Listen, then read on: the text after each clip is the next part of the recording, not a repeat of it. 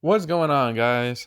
Radio Graffiti here, and today I want to talk to you guys about Daredevil Born Again, episode 5 and 6. That's right, Disney has given us a reason to hold off on unaliving ourselves just a little bit longer when they blessed us with 2 episodes of Daredevil last night. And after watching the episodes, I can see why they gave us 2, because episode 5 is basically just a filler episode with Matt hanging out with Miss Marvel's dad at a bank that is being robbed. And then episode 6 is the real episode that kind of progresses the story along. So thank God they gave us 2 episodes tonight, because if they only gave us episode 5 for the entire week, that would have been very disappointing. So as far as episode 5 goes, like I said, it's basically just a filler episode. It goes back and forth between Detective Kim on the phone with one of the guys that's robbing the place, then the other half is Matt Murdock hanging out with Miss Marvel's dad, who apparently works at this bank as an assistant bank manager. I didn't watch Miss Marvel, as did billions of other people on this earth. So I don't really know who this guy is, and I don't really know why he's in Daredevil, but here he is. I guess this is all they could afford.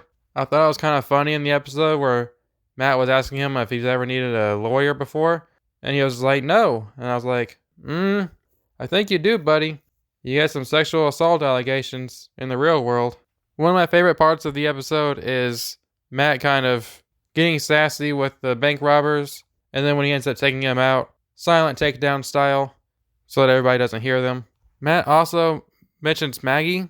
I believe it's Mr. Khan, who's like, is it true about you being an orphan? He's like, yeah, my dad was murdered, and then I didn't meet my mother until later on in my life. And I'm like, yeah, where is Sister Maggie anyway? They barely even talked about her at all the entire season so far. I feel like that's sort of an important character you might want to bring up, the main character meeting his mother. She's just nowhere to be found. I don't know, I guess just another character Disney didn't want anything to do with. But yeah, there's not much to talk about with this episode. Matt fights one of the lead guys, breaks his leg. They want some kind of stone or whatever. I don't know why they want the stone so badly. Something to do with that Luca guy that Kingpin's beefing with. I don't know. I kind of just zone out every time it goes to that storyline, because it's just so fucking boring and uninteresting to me. But yeah, that's pretty much the entire episode. Bank gets robbed. Matt saves the day. So episode 6 is where the plot actually starts moving along. Heather starts showing some sort of interest in vigilantes. Talks about wanting to interview Frank Castle or Daredevil, which is kind of interesting. It's like, girl, do you know who Frank Castle is? He's not a guy you just interview without shit going sideways. White Tiger's niece, her name is Angela.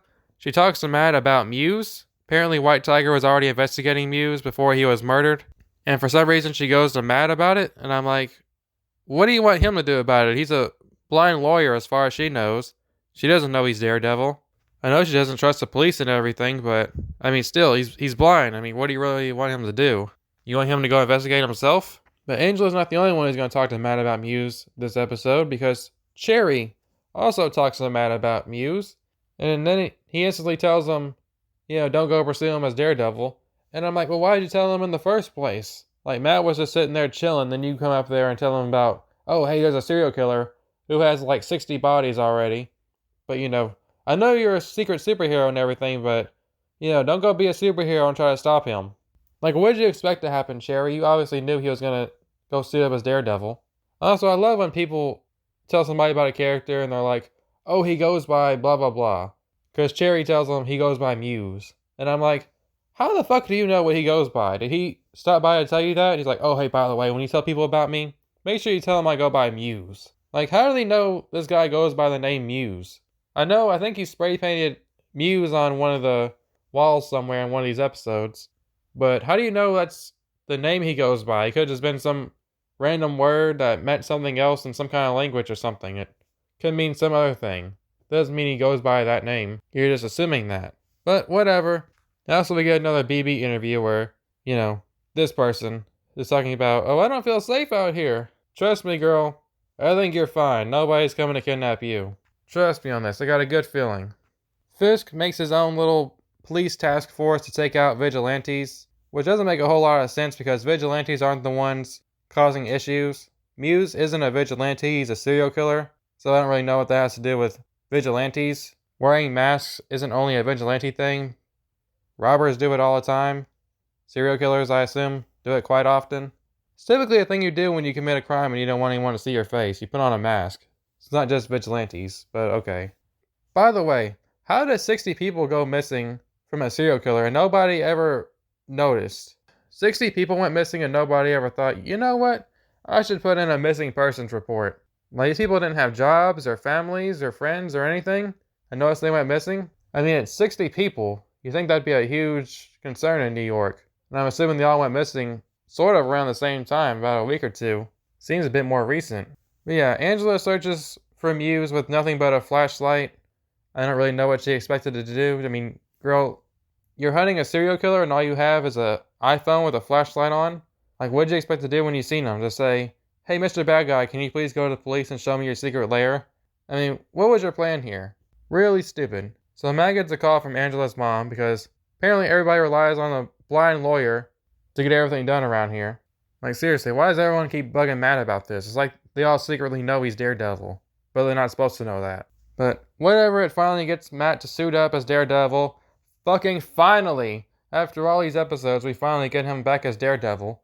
Now the show can finally start, even though we only have like 3 episodes left. So we cut to Adam. He's locked up still. Fisk throws him an axe and tells him, now we're a little bit more evened. But it doesn't really help Adam. Probably because he's been locked up for probably several weeks. Who knows how much he's actually been able to eat, so he was already weak anyway. He's still at a disadvantage even with an axe. Fisk ends up killing him. Surprise, surprise. Vanessa was an idiot if she thought there was no way that Adam was going to be a dead man. It cuts back and forth between Matt beating up Muse and Fisk beating up Adam. Like, we get it, show the parallels. They did this in the beginning of the episode as well, with Matt talking to Heather and then Fisk talking to that Luca guy in his office. The fight itself between Muse and Matt is just okay. A lot of punches that obviously don't connect and a lot of weird CGI sort of flips. It gets to a point where it seems like Matt is about to kill him. You know, he's kind of smiling while he's hanging him, but he hears a little girl slowly dying, so he decides to just go save her instead. Muse gets away, which shouldn't have been an issue for Matt because he has super good hearing, so he should have heard him getting up and running away. But whatever, we'll worry about Muse in the next episode. Angela wakes up and somehow she doesn't instantly recognize Matt's voice. And that's the episode. Overall, the episode and the season itself has been pretty mediocre. I don't think the show holds a candle to the Netflix show so far. We've only got like 3 episodes left and he's just now starting to actually be Daredevil. But hey, at least we made it through this week without a stupid Wilson Fisk and Vanessa therapy scene. So I guess that counts for something. Kind of would have preferred if Matt found out about Muse a couple episodes ago. Like maybe somebody was just dropping hints about, oh, you know, people are going missing to Matt. Or Matt sort of trying to investigate Muse. I would have rather seen that than an episode of Matt hanging out with Kamala's dad at a bank. Just him investigating Muse, and that would have been better build-up for when he goes to confront him. It is a pretty cool shot when you see the train lights going, and then you see Daredevil running towards Muse. And he's kind of like, you know, what the hell? But that all would have been a lot cooler if we feel like Matt even knew he existed for longer than like 2 or 3 hours. You know, because like, Angela goes to him about Muse, and as far as I remember, this is like the first Matt's even heard about this guy.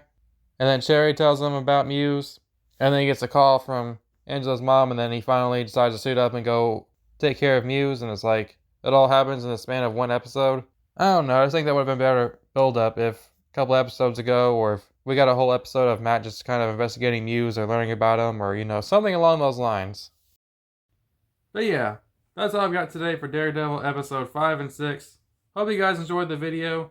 And please stay tuned because next week I'll be going over the next episode of Daredevil Born Again, episode 7.